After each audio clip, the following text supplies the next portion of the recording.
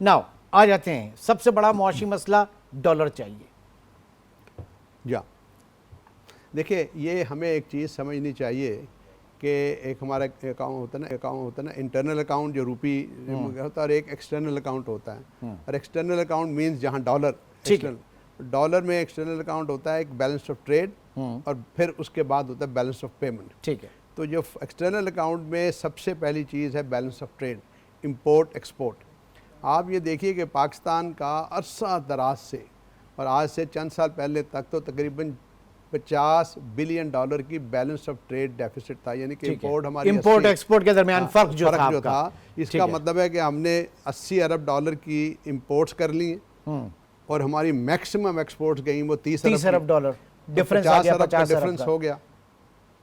अगर हमारे ओवरसीज पाकिस्तानी ना होते जो तकरीबन 30 अरब डॉलर भेजते हैं, तो डॉलर टर्म में तो आप उसी दिन सेम डे बैंकरप्ट हो गए। सही बात है। 50 अरब डॉलर देने हैं आपके पास, तो रिजर्व्स ही नहीं है। सही। तो 30 अरब डॉलर दिए ओवरसीज ने, तो जो 50 अरब डॉलर की कमी थी रह गई। सही है। अब उसमें आपने वो 20 अरब डॉलर भी देने हैं, ठीक है, 15 अरब डॉलर, एंड जो पिछले कर्जे हैं उनकी किस्तों के लिए भी चाहिए। ठीक है। तो आप फिर उसके लिए नया कर्जा लेते हैं। सही। तो हमारा जो मसला यह है कि हम इन इकनॉमी को मैनेज ही नहीं कर पा रहे कि भाई रूपी आप छाप सकते हो, अगर रूपी में है, अच्छी तो नहीं है बात कि रूपी में भी डेफिसिट हो, रूपी में भी हम मिसमैनेज करें, छाप के तो महंगाई बढ़ी है, लेकिन आप चलो करेंसी सर्कुलेशन देखें ना जरा, तो वो आप छाप सकते हैं। डॉलर आप छाप नहीं सकते, dollar you have to earn. और अर्न करने के लिए देखिए क्या है कि पहले तो मेरा उसूल यह है कि हमारे यहाँ मुल्क में एक बहुत गलत एक चीज़ होती है जो मेरी सोच में है, हम एक्सपोर्ट प्रमोशन पे बहुत तवज्जो देते हैं।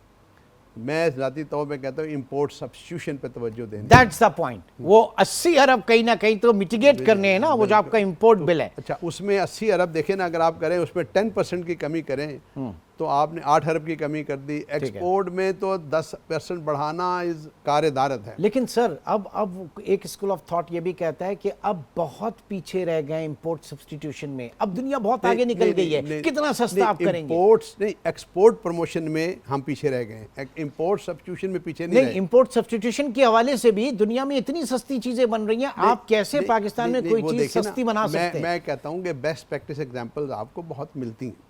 आपको ये देखना है कि जब आप इंपोर्ट सब्स्टिट्यूशन में लोकल इंडस्ट्री को सपोर्ट करते हैं, जो मैं कहा करता हूँ when you subsidise import substitution, ठीक है, you subsidise a local consumer.